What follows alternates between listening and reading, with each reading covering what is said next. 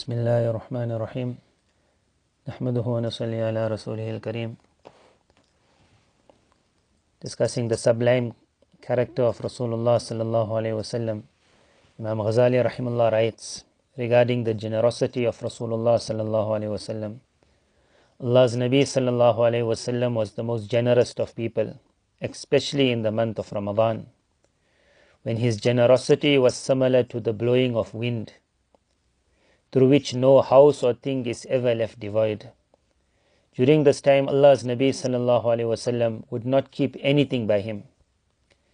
Hazrat Ali radiallahu anh, when mentioning the habits and beautiful conduct of Rasulullah sallallahu alaihi wasallam, would say, Nabi sallallahu alaihi wasallam's hands were the most generous, his heart was the most open, his tongue was the most truthful, he was the best in fulfilling oaths, he was the softest in nature, he was the most honorable with regards to his family.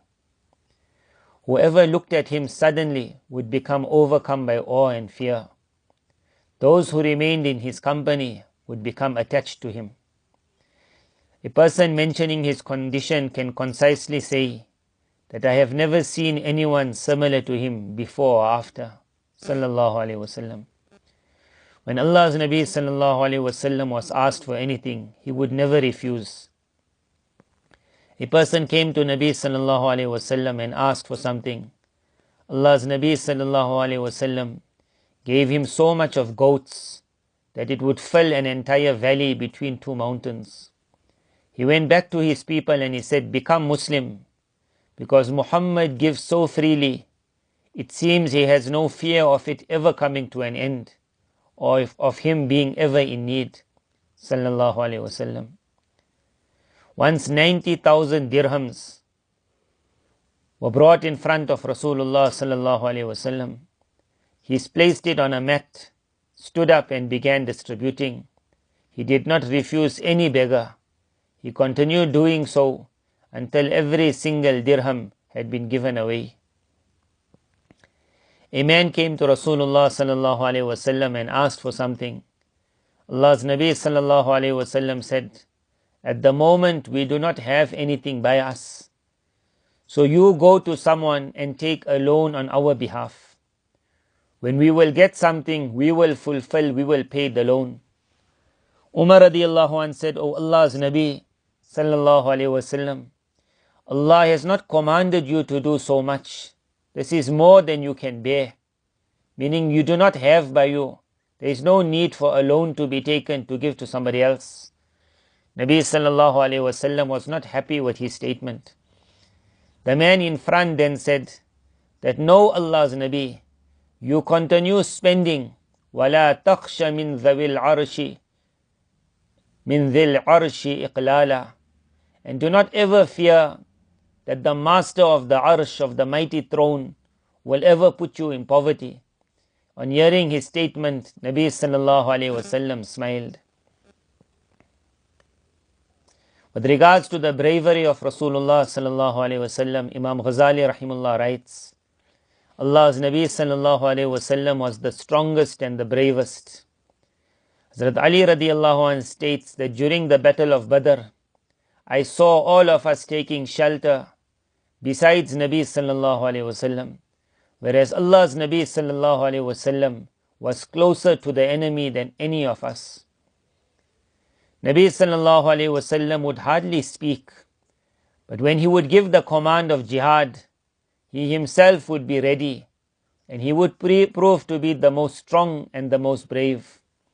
The one who would be closest to him would be regarded as the bravest, because Nabi sallallahu alayhi wasallam always liked being closest to the enemy.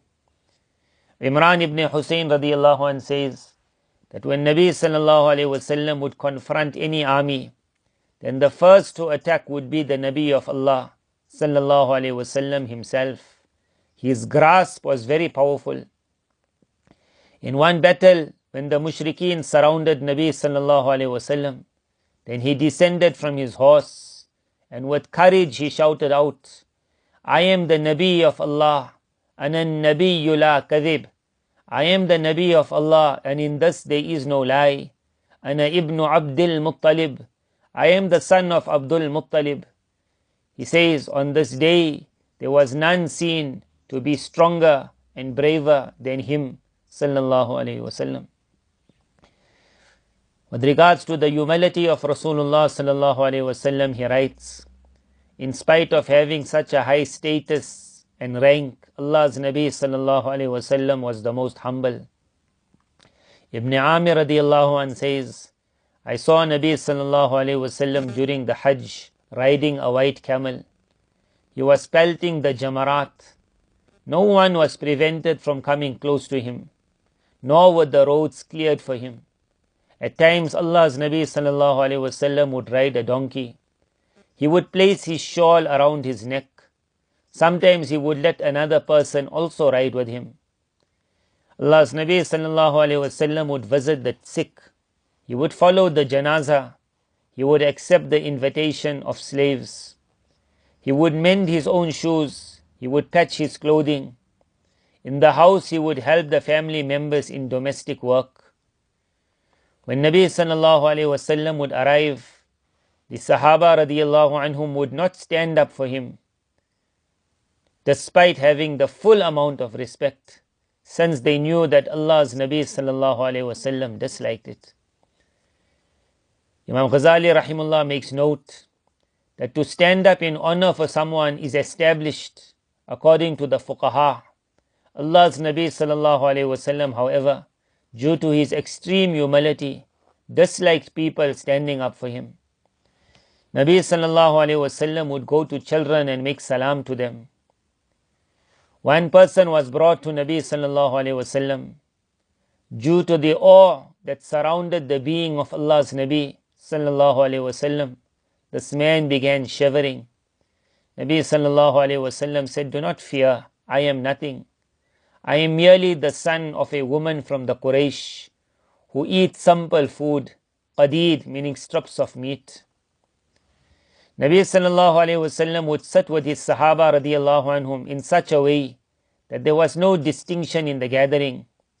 It was as if he was just one individual amongst them. If a stranger would come, he would not even know who the Nabi of Allah was, sallallahu alayhi wasallam. For this reason, Sahaba radiyallahu anhum finally requested Nabi sallallahu alayhi wasallam that they build a special place for him so that the strangers would recognize him. There would be no difficulty on them. It was for this purpose that Nabi sallallahu alayhi wasallam gave permission. They built a small platform made of sand. Nabi sallallahu alayhi wasallam would then sit on this. Once Aisha radiyallahu anha said, O Allah's Nabi sallallahu alayhi wasallam, may Allah sacrifice me for you. Why do you not lean on this pillow so that it may be comfortable and easy for you? On hearing this, Nabi sallallahu alayhi wasallam tilted his head forward until it was close to the ground. Then he said, no, in fact I eat just as a slave eats, and I sit just as a slave sits.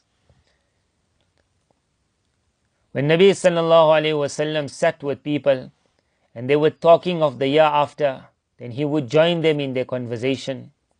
If they were speaking about food and drink, he would also join. If there was a discussion regarding any worldly matter, then also he would speak regarding it. He would do all of this in the gathering just so that those around him could become more attached to him, and that no special status of his would ever become apparent. At times, Sahaba Kiram radiyallahu anhum would recite poetry in front of him. They would narrate the stories of the days of ignorance. They would laugh.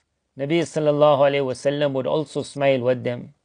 Besides unlawful matters, he would never stop them from anything that would make them happy. Sallallahu alayhi wasallam.